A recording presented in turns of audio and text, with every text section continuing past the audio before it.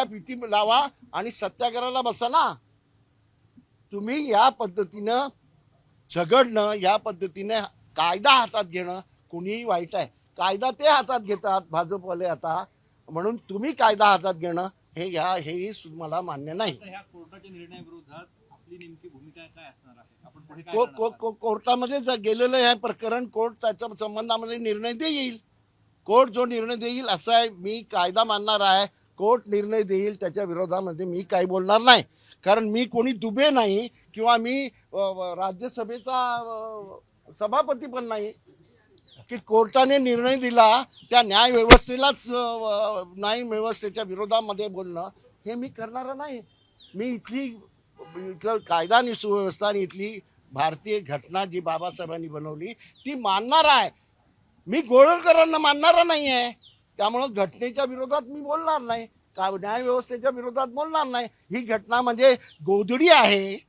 4 ठिकाणावर आणलेल्या या काय ते फडके आहेत त्याच्यातून निर्माण झालेली गोधडी आहे असं मानणारा नाही मी. मी 2 वेळेला विधान परिषदेत होतो, मी राज्यसभेमध्ये होतो. त्या घटनेची मी शपथ घेतलेली आहे. त्या घटनेच्या विरोधामध्ये मी नाही बोलत, ते बोलतात. त्या संबंधामध्ये बघा, जे घटनाच मानत नाही, जे न्यायालयाच्या विरोधात या पद्धतीने बोलतात, त्या संबंधात ही सरकार काही करत नाही. हे सरकार या देशामध्ये या देशाचं नुकसान करत आहे. इथे हिंदू मुसलमान एकत्र राहणं याच्यातच या देशाचं भलं आहे हे लक्षात घ्या.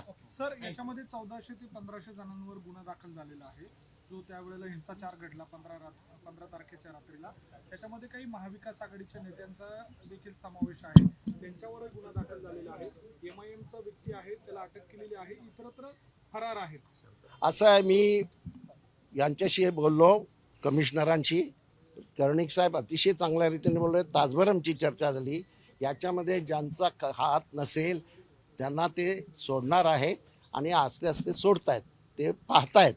त्यांना त्याच्या संबंधामध्ये पोलीस डिपार्टमेंट काम करते. त्यांच्याविषयी माझं काही म्हणणं नाही. फक्त असं आहे, निरपराध असतील त्यांना सोडा, अपराधी असतील हे का. पण अपराधी जे आहेत, इथले आमदारच अपराधी आहे.